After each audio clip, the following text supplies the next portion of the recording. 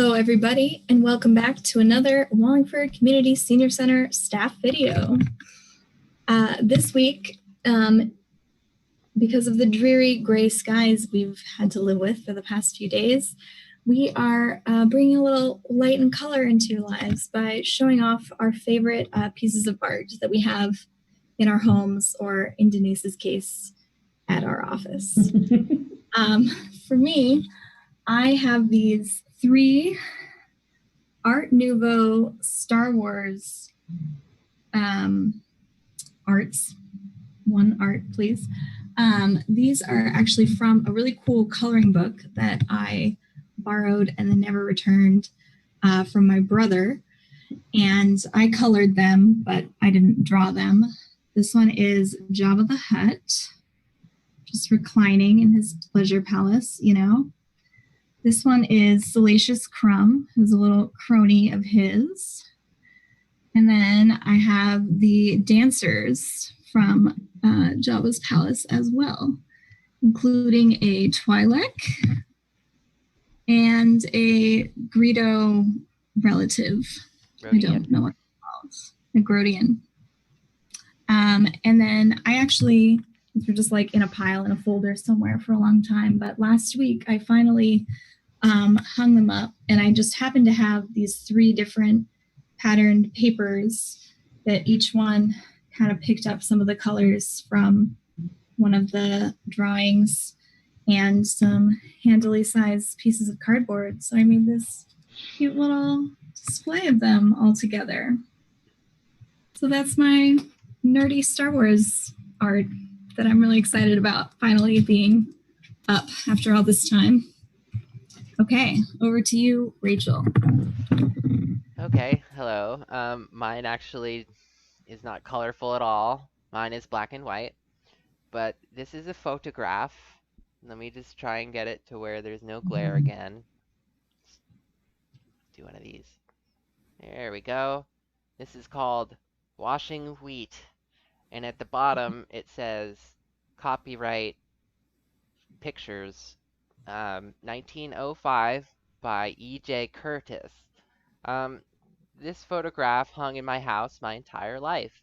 I don't know a super lot about its context. I probably could learn a thing or two about washing wheat personally.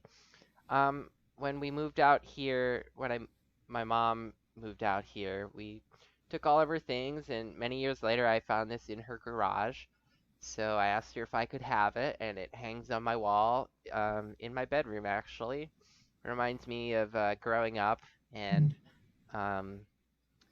makes me grateful that I don't have to bend over and wash very much wheat all that often. So anyway, that's my favorite piece of art I have at home. You're next, Mitzi.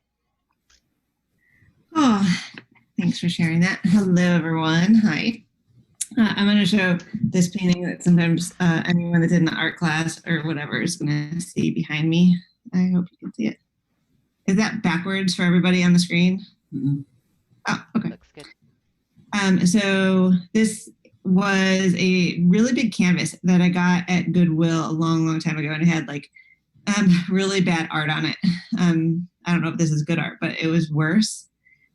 And I just wanted to paint it myself, and I had the canvas for a long time, and it matched the apartment at the time. And then one day I got inspired. So this is Mother Jones. You can see on the bottom it says Mother Jones, and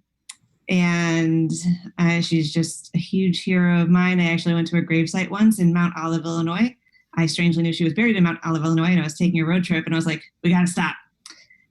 She was considered the most dangerous woman in America when she was 83 years old.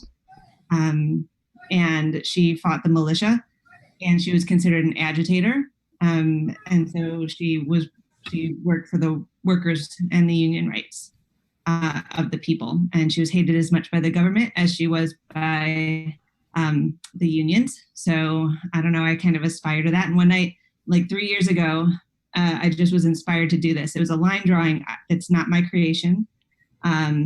It's like a black and white line drawing I saw of her, and it says, "Pray for the dead, fight like hell for the living."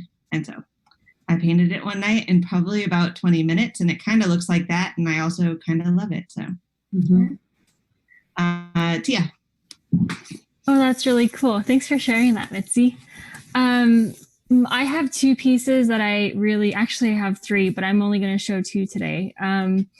So the first one I'm going to show is from my friend back in Colorado. She created a small business, and I asked her to create this for me, and it became popular, I think, over the years. And I got a dog paw for my dogs, because you all know I love my dogs so much.